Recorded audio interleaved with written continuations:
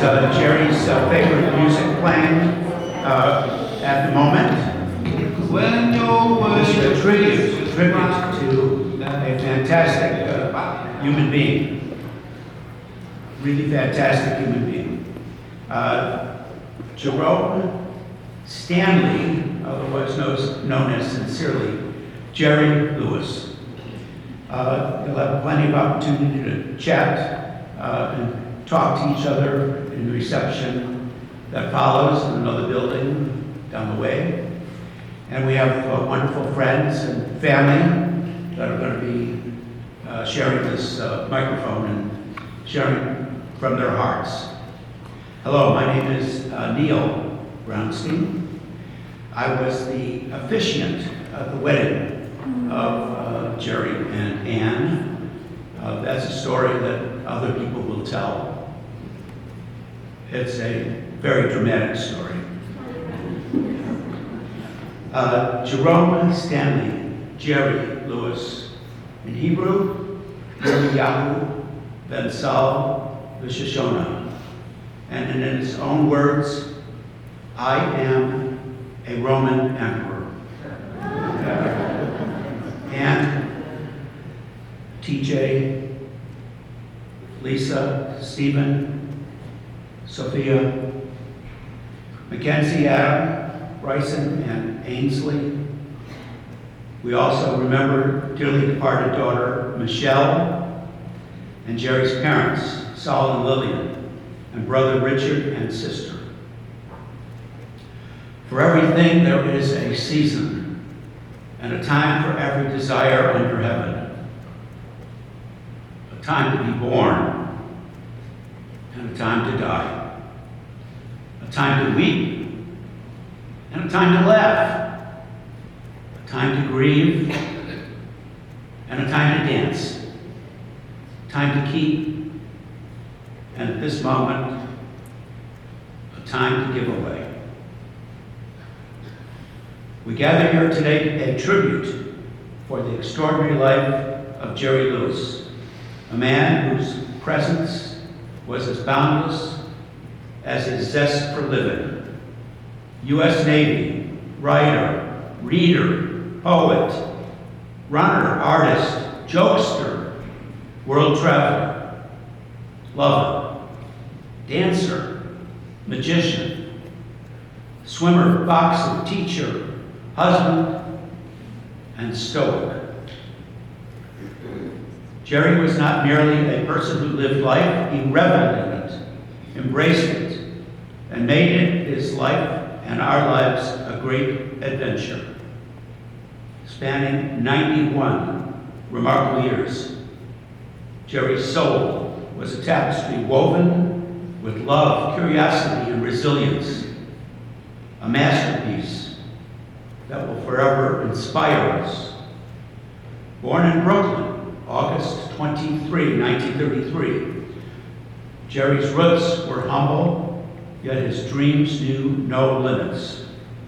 A son, a brother, a husband, a father, a grandfather, a friend, and a citizen of the world, Jerry wore each of those robes with pride and dedication. From his early days, Jerry's passion for the world and its people was evident. Jewish kids born in Brooklyn in the 1930s learned to be tough, hard, and strong, and funny too, and ambitious.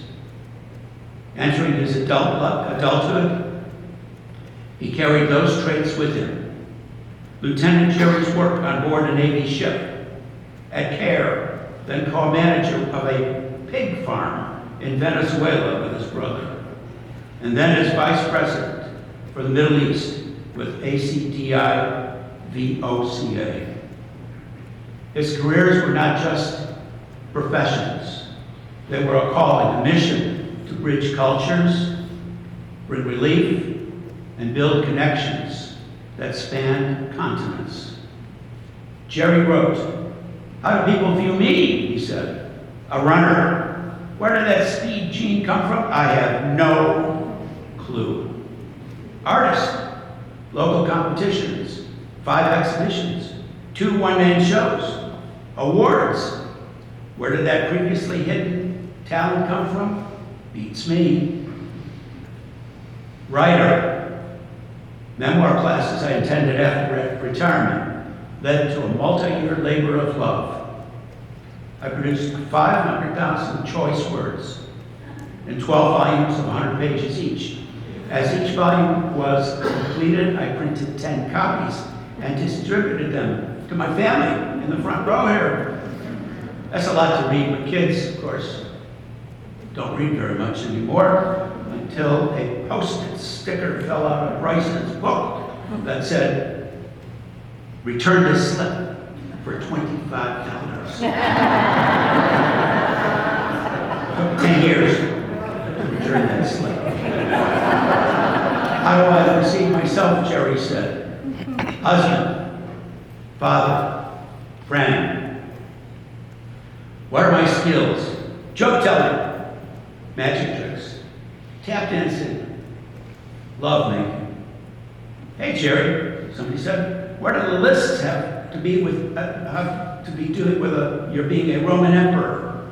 We'll get to that later. Jerry's adventurous spirit never stopped at 48. He's found a new passion, running.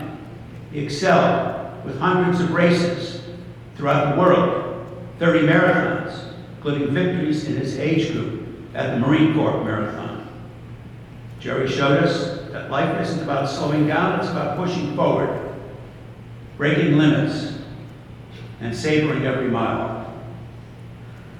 Jerry's capacity for joy was infectious. Like a magnet, he had that ability to make you feel like you were the most important person in the room. Those gifts he shared freely. He spoke the languages of the world, not just in words, but in kindness and warm curiosity that made strangers into friends. Jerry was a master on the stage of acting out jokes and storytelling. He shared his repertoire of jokes just about every day until earlier this year. Perhaps what truly defined Jerry was his love. Love for his family, for his friends, and for Anne. BW, beautiful wife, who brought him immeasurable joy over 20 beautiful, wonderful, fantastic years. Whether it was traveling the world, dancing hand in hand, or simply walking life's path side by side. BW, beautiful wife, Anne was the light of his life. Jerry never stopped growing. As an artist, writer, editor, he continued to explore the depths of his creativity. He swam, he boxed, he danced his way through his 80s with the same vigor that defined all of his life. Books on tape, I've been told, 1,700.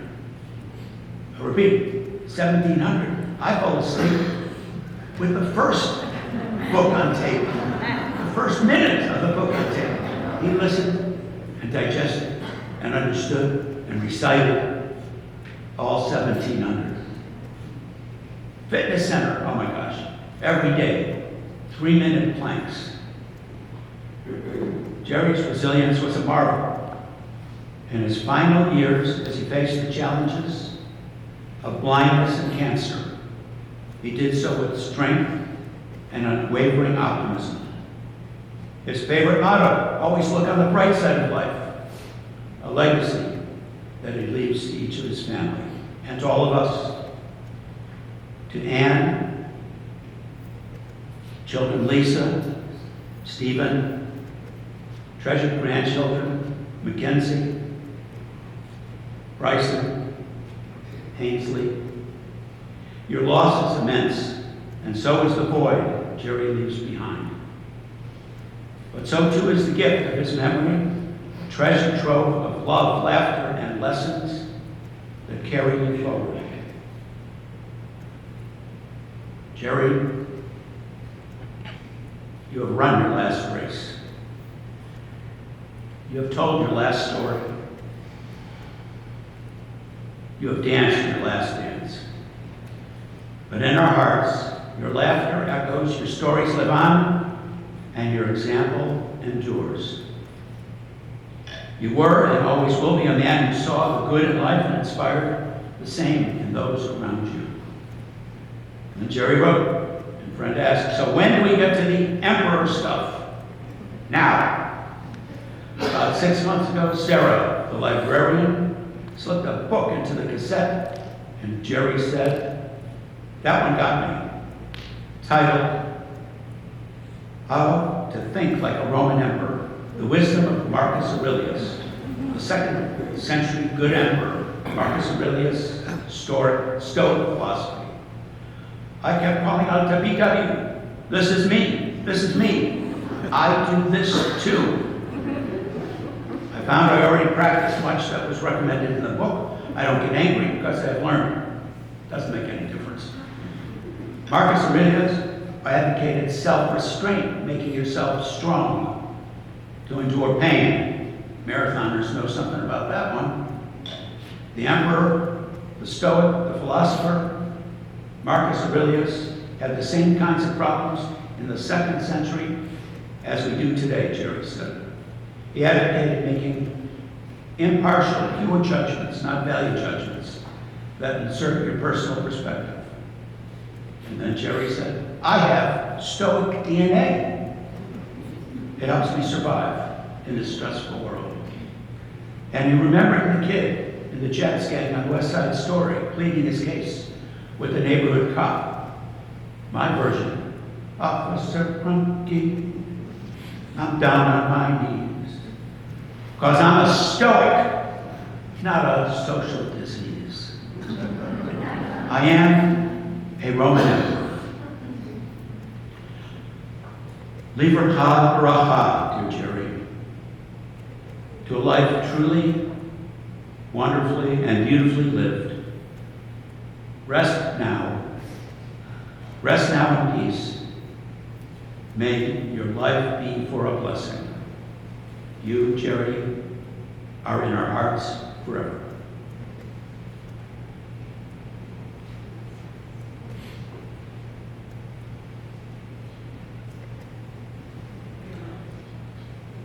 I now call on Jan.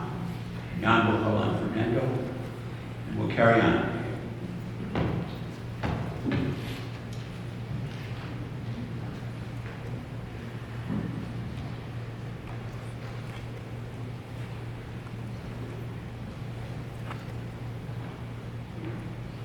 Good morning, everyone. My name is John Armeo.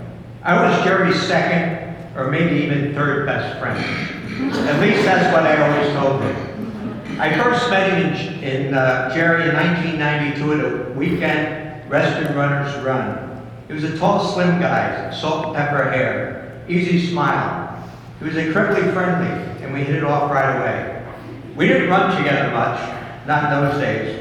But after running days were behind us and we became walkers, there's a walker inside every runner. We had many conversations on our walks. Jerry had a passion for running, and Neil told you a little bit about his accomplishments. He started jogging, he didn't tell you the story though, he started jogging at age 48 when he worked for CARE in the Philippines. And the story goes that his first run, he was wearing a terry cloth robe over boxer shorts and bedroom slippers. Oh, at that time he was smoking 2 packs of cigarettes a day. It didn't go well. But that didn't stop Jerry. He read Jen Fix's book and pledged he would run a marathon one day. And so he did. And he ran his first marathon in Venezuela when he wasn't working at the pig farm. When Jerry moved to Reston, he joined the Reston Runners and started running with the club. And Neil said he ran hundreds of races. But one thing I'd like to point out, at age 66, he ran a marathon in 3:28:17. My best time was maybe better than that, but my best time was when I was 50.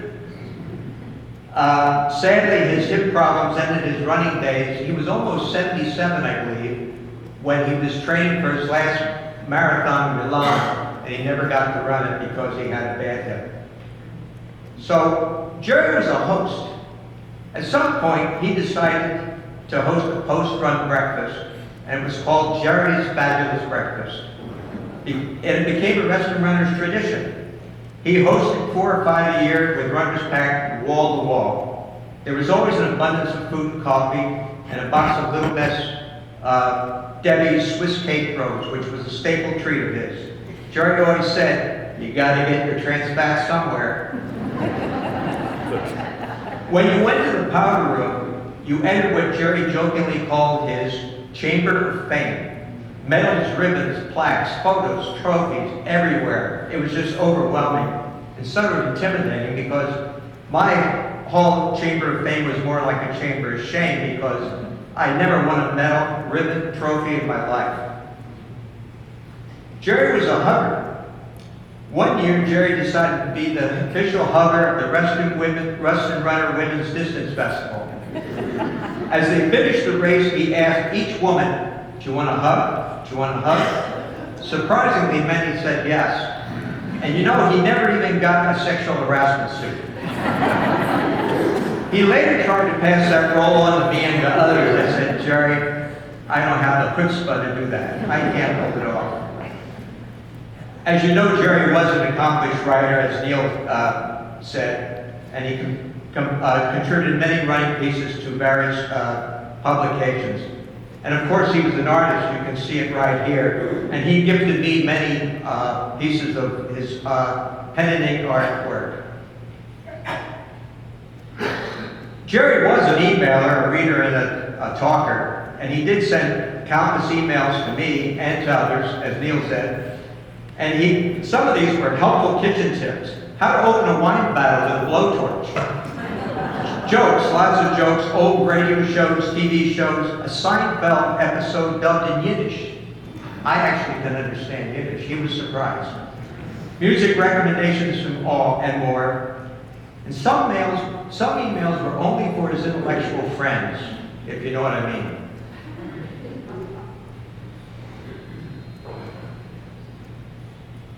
In our long phone conversations, we talked about books we were reading and the life adventures we had.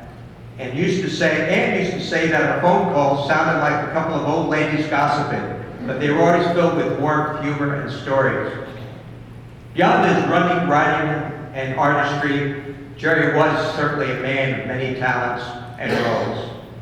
And to me, Jerry was my second or third best friend.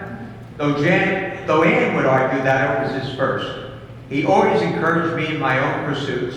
When I took a memoir class, he gave me a memoir book. When I took a drawing class, he gave me a complete drawing set. When we were going to France for a trip, he gave me books on French, and they didn't help. Jerry was one of a kind. In many ways, Jerry made our lives richer. His humor, generosity, and zest for life touched everyone he met. He was a truly unique person. Rest in peace, Jerry. You were one of a kind.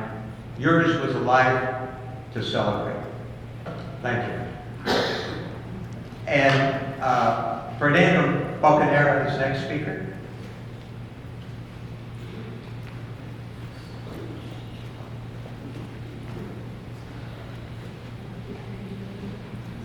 Good morning.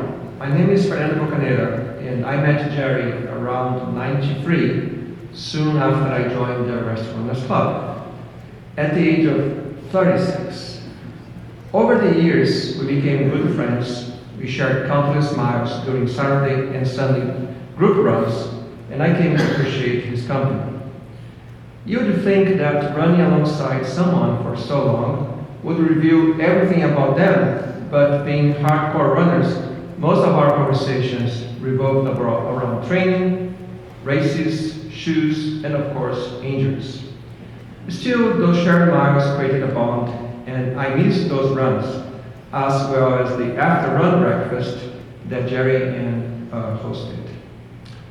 We trained on roads, on the high school track, and participated in the annual airport run, a strenuous 22-mile journey from the National Airport back to Reston. That was the final preparation for the Marine Corps Marathon, and my favorite training session of the entire year. It took me a decade to realize that Jerry was 23 years older than me. Despite we running at the same pace and posted similar race times. I only found out when he started winning trophies at his age group, and then realized I'm not in that age group. Jerry's achievements were extraordinary. He completed countless races, including more than 30 marathons, and the grueling JFK 50, a 50-mile ultramarathon through the Appalachian Trail and the Maryland countryside. I also ran that race, and it was one of the hardest things I've ever done because it's double the distance of a marathon and in the mountain. We also ran together in the prestigious 24-hour relay race. Our team had 10 middle-aged runners, and each runner ran 4 laps on a high school track and passed the baton to the next runner in the team, non-stop for 24 hours. We were not expected to challenge the defending high school champions. They were young and they were on the track team, but through grit and endurance, we pulled ahead after 18 hours. And we won because it was a 24-hour race. I guess the high school kids didn't realize that.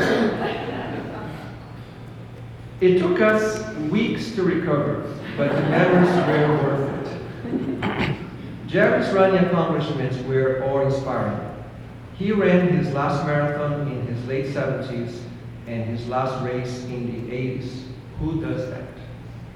As someone who ran 20 marathons and 2 ultramarathons, I have always admired Jerry, not only for his athletic feats, but also for his optimism, kindness, and the way he dedicated his career to helping others. For 3 decades, he has been my role model and my inspiration. Goodbye, Jerry. You'll be deeply missed, but never forgotten. And now I'll introduce you to Jerry's son, Stephen Lewis.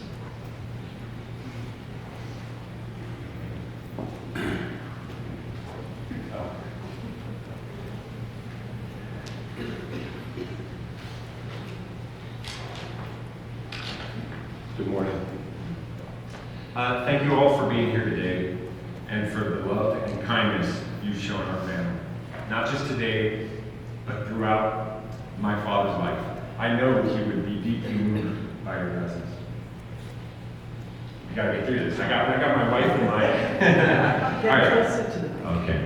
I want to especially acknowledge my father's loving wife and my wife Sophia, my daughters Ainsley, Tara, Avery, my sons Dylan and Aiden, my sister Lisa, and her husband TJ, my niece Mackenzie, and her husband Adam, my nephew Bryson, our dear friends Neil and Linda, Michael and his parents Sam and Susie, and everyone else.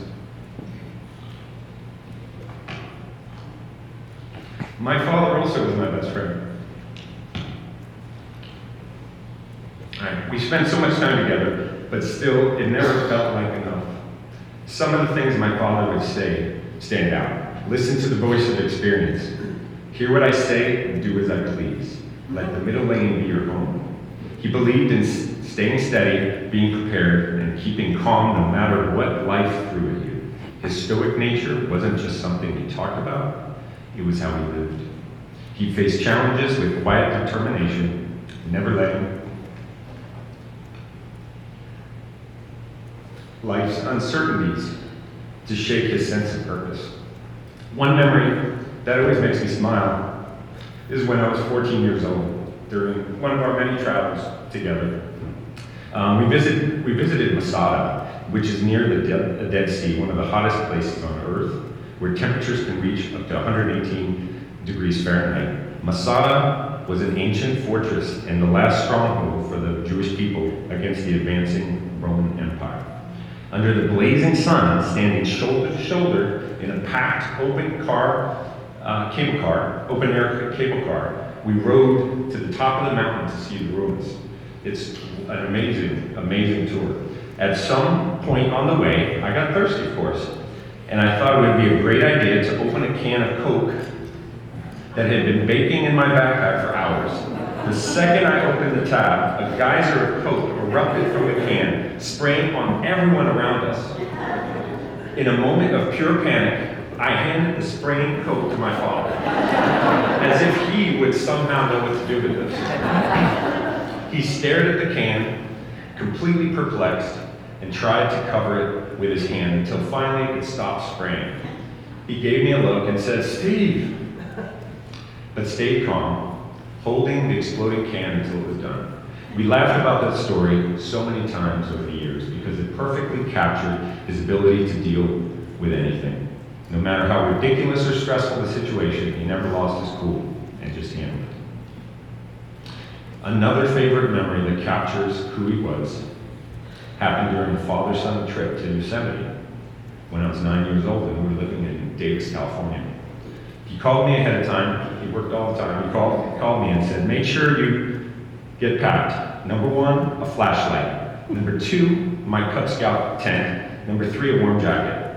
In my rush, I grabbed the only flashlight that I could find, a hand crank flashlight my Aunt Ellen from Switzerland had given me.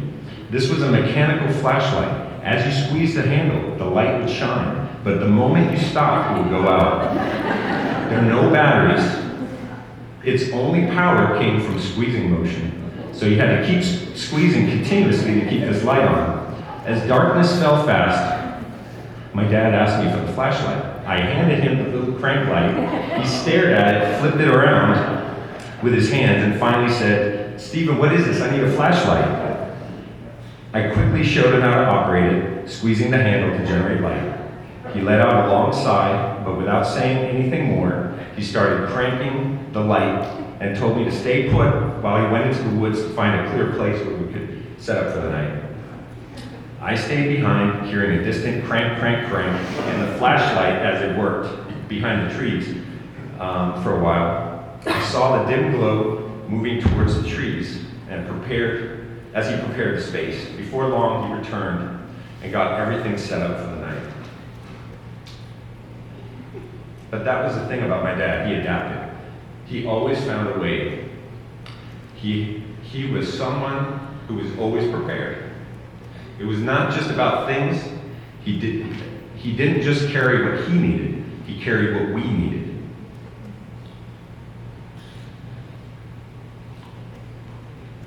He did that.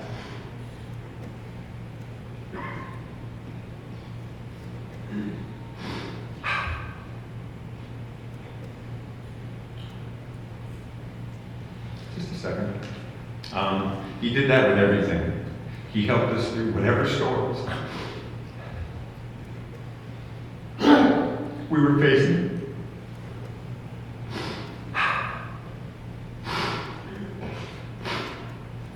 You could always see his light guiding us through. I'm gonna spread this new turns on. No, I couldn't find that one. Oh, there you go. There you go. For me, his greatest legacy was being a loving and ever-supportive father and grandfather. He would drop everything to help us if we asked, and even when we didn't. I was supposed to be here to support him without crying. So I would like to introduce my wonderful sister, my rock, my sister.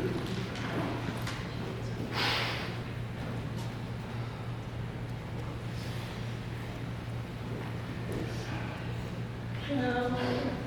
There's so much I want to say and share about the fun times we had as father and daughter.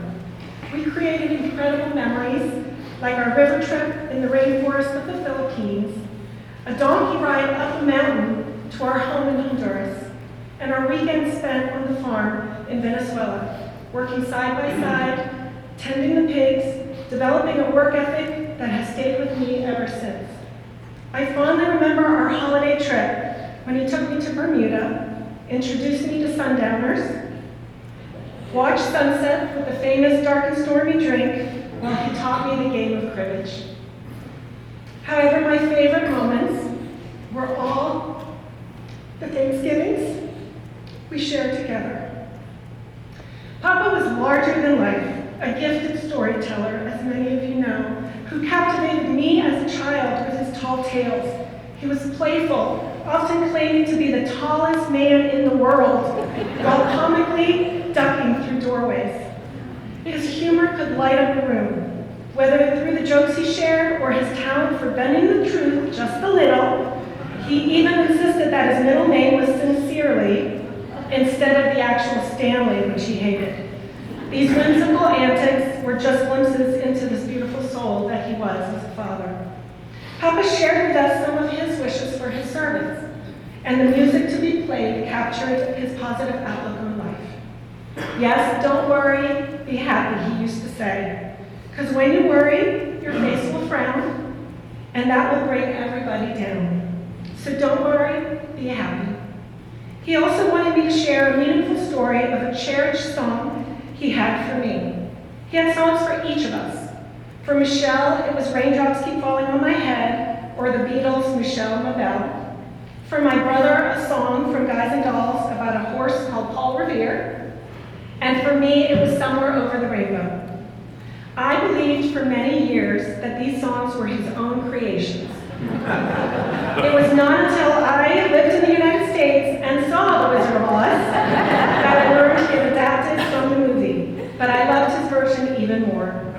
I love that song and its message of looking up, daring to dream, and I told him that would be the song for our father-daughter dance at my wedding. Long story, very short. TJ and I decided against a traditional wedding. We quietly wed with a justice of the peace at our home on a random Tuesday before Thanksgiving. Then we traveled to be with Papa for Thanksgiving. Thanksgiving was always incredibly significant to him. It was a time for family to gather at his home where he would prep for weeks in advance. It was his holiday with Michelle. That Thanksgiving, just 2 days after our wedding, he made it extra special with not one, but 2 homemade wedding-style cakes, complete with bride and groom toppers, strung bells across the kitchen, and made me promise we would have a bigger wedding so we could dance to that song. Although I regretted not having that father-daughter wedding dance for many years, I have danced with him many times since. At his wedding with Anne, and at our daughter and Adam's wedding in the fall of '23. This past Thanksgiving marked exactly 28 years after that remarkable Thanksgiving. It was this Thanksgiving that we spent our final time with him. Who knew we would lose our sweet, wonderful Papa on the holiday that meant so much to him? I feel so lucky to have been by his side, stroking his forehead, holding his hand, and playing our favorite song on the phone up to his ear, Somewhere Over the Rainbow. I reassured him that Michelle was waiting for him, echoing his famous singing, "Somewhere way up high, dance jelly beans and lollipops, and troubles melt like lemon drops. In my heart, I believe he is with her, taking care of her as the best Papa in the world." So many people could talk about Papa, those who have passed, like his proud parents, his siblings who looked up to their big brother, and his daughter Michelle, who adored him. She was the first to call him Papa, and he took such good care of her. In his travels around the world, while we were young, he made sure care set him up in places with a school for Michelle so she could have the best advantages for her development. He would find a house for us, adopt pets, and then we would later arrive. I have a letter here from Michelle, written to him for his 75th surprise birthday party. For those who don't know, Michelle left us 12 years ago. She was born special with Down syndrome and was ever joyful and forever missed. And this is her letter. These are the reasons I love Papa. Number one, I was the firstborn. Number two, he calls me Blue Eyes. Number three, he takes me on fun trips. Number four, taught me how to talk with my eyes open. 5, tells me songs, jokes, and stories. 6, taught me how to be an independent woman. 7, helps me with my boyfriend problems. Number 8, gives me lots of presents. Number 9, he paid for me to live at Zunai. Number 10, he takes me dancing in Reston Town Center. He's my dad, and I will always love him. Love, Michelle Lewis. P.S. I was your first baby, and I always will be. I want to be good to you always. With love, Michelle Mabel Lewis. Papa's spirit will live on through the incredible legacy he created. He was also a great father-in-law. When he learned that TJ had cancer, he was devastated and wanted to help. In 2022, despite his declining eyesight, he insisted on coming to take care of TJ, to give me a break. He booked a train ride and made the solo trip to Richmond. Typically a light packer, his backpack had an extra heavy item for this trip, a panini maker, because he was determined to make TJ one of his famous sandwiches. A piece of him exists in all of us. Anne, Stephen, his family, TJ, Lynch Loftus family, but especially Mackenzie and Bryson. He adored them with all his heart, offering unconditional love and heartfelt generosity. His gifts were thoughtfully chosen and delivered in enjoyable ways, making his visits a true joy. It wasn't just about the gifts. It was the time spent together, the laughter from his jokes, the lessons from his stories, and his remarkable ability to walk into a room and make every person feel special. I'd like to introduce you to my son, Bryson Lynch, who found the famous sticky note.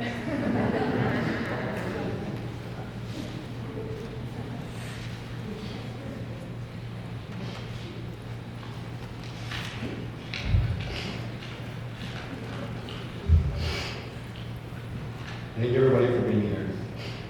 I struggled a little bit when I was trying to find the words to start this speech for Papa. He's an indescribable man, so it's hard to put words on paper. However, I put the best words I could on paper in 2013 for a school assignment. Here's a quote from that assignment. Lots of people come to mind when I think of the word inspire. Gandhi, Jackie Robinson, Mother Teresa, and a few others. But the first who popped right in my mind was my grandfather, who I call Papa. He has all the qualities needed to be a perfect role model. I am proud to be his grandson. My grandfather embodied many different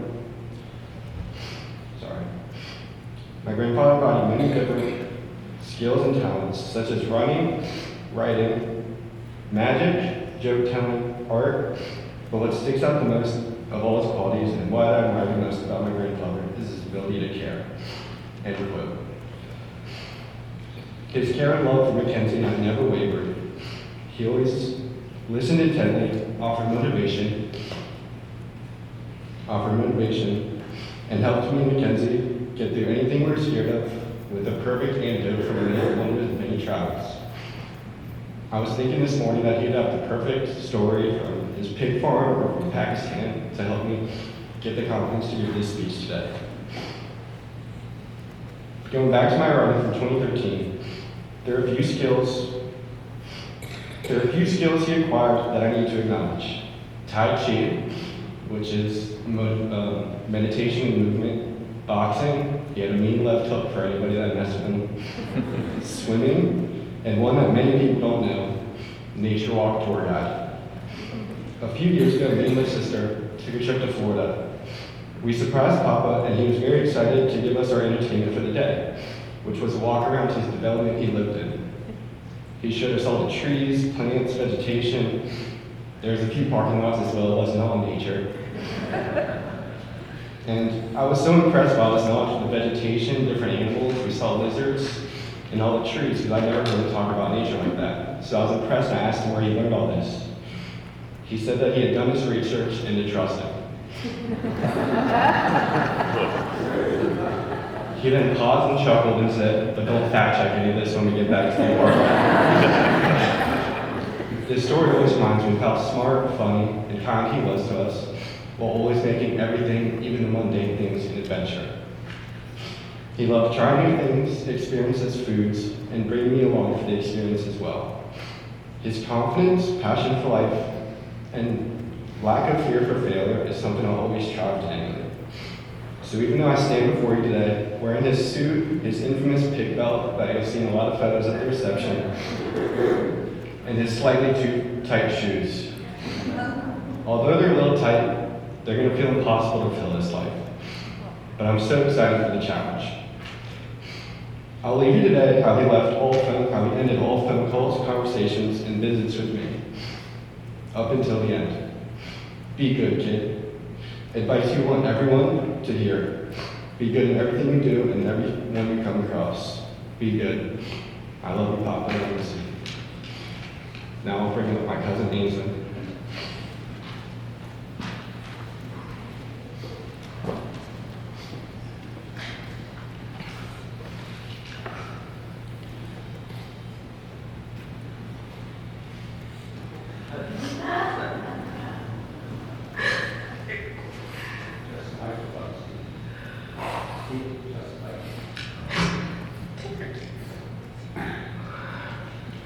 A couple months ago, my English teacher had asked me the first person I thought of when I heard the word strong. I know exactly who I'd be writing about. Papa's ongoing determination continues to inspire me every single day. It makes me realize that no matter what you're going through on the inside, you can always change how you act on the outside. Every single time I would visit Papa, he always had a smile on his face, as if he wasn't going through the unbearable pain he had to go through every single day. As a little kid, I always admired the way he supported me and taught me life lessons that I will forever carry with me as I grow up. I feel so blessed to have had a grandfather like him in my life, someone who I will look up to for years on. He may not be able to see me graduate high school or get married, but I will always be reminded that he is by my side. I love you, Papa, and thank you for showing me how to be strong.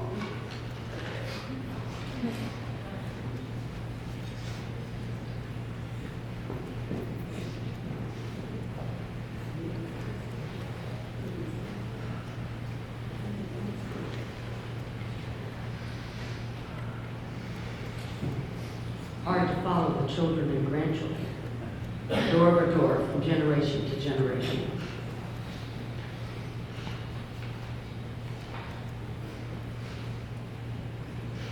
Anne, Lisa, and Stephen have gotten countless tributes for in Jerry's memory and talking about him.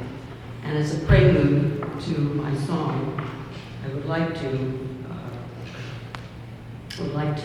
share two of them.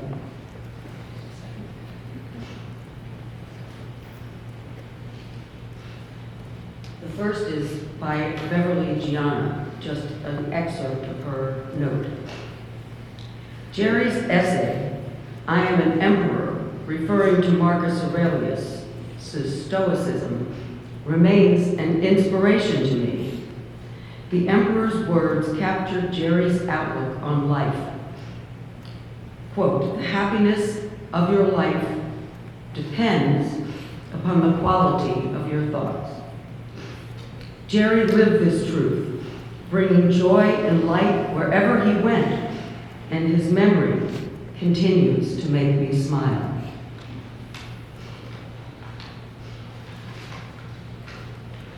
In my words, Jerry Lewis was one of the most interesting and fantastic people I have known in my life.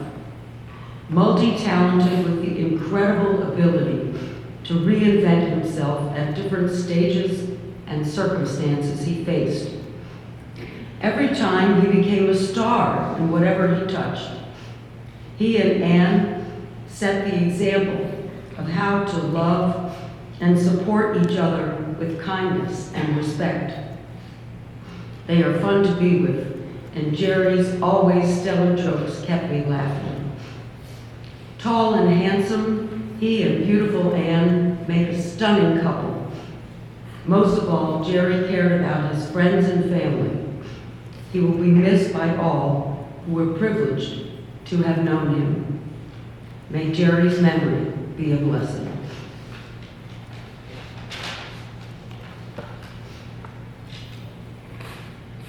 Lech to a land that I will show you. Lech lecha to a place you do not know.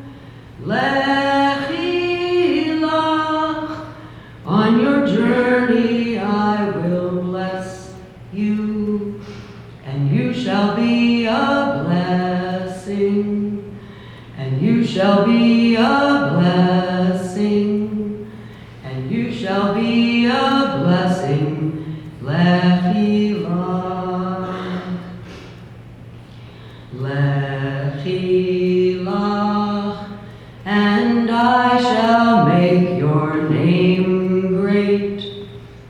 Lech lecha, and all shall praise your name.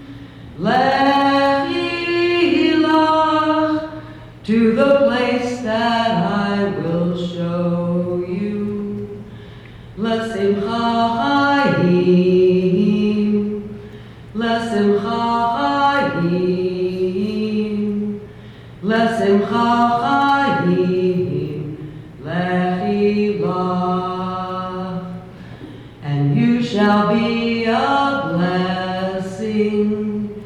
Jerry, you shall be a blessing, and you shall be a blessing. Lechi lach. Now I'd like to call my beloved friend, Anne Belko.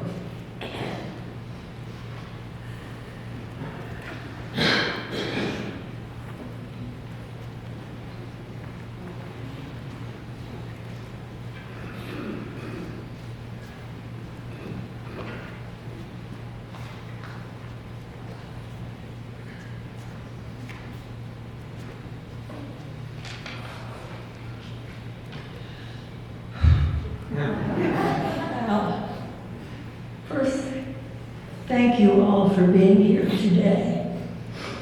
I cannot thank you enough for all the love and support you have all given me, Lisa, and TJ. We couldn't have gotten through this without you guys. Now let's talk a little bit about the guy, Jerry. Jerry the comedian. Jerry liked to make everybody laugh. When people said to Jerry, "How did you meet Anne?"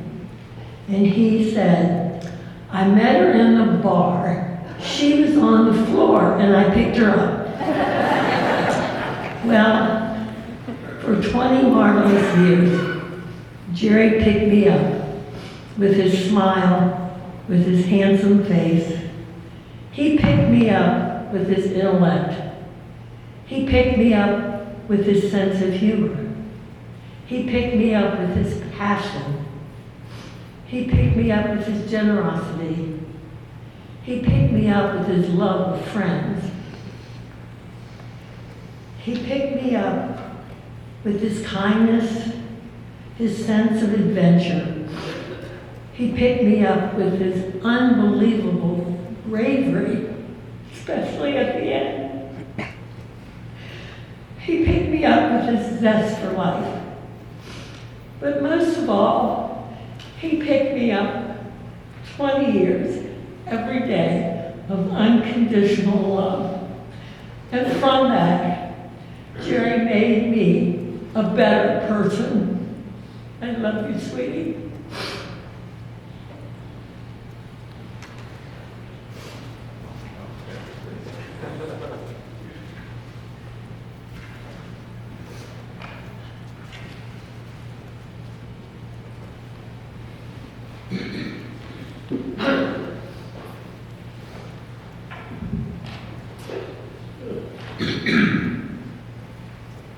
There is a commercial on TV, mainly for the sports channels, a beer commercial. Jerry liked to drink beer. I like to drink beer with Jerry. And this particular commercial shows a person, happens to be a man, and the commercial claims that that person in the commercial is the most interesting person in the world. But we know, those of us here, Jerome Stanley, Jerry Lewis, is truly, in so many ways expressed by all of us today, the most interesting person in the world.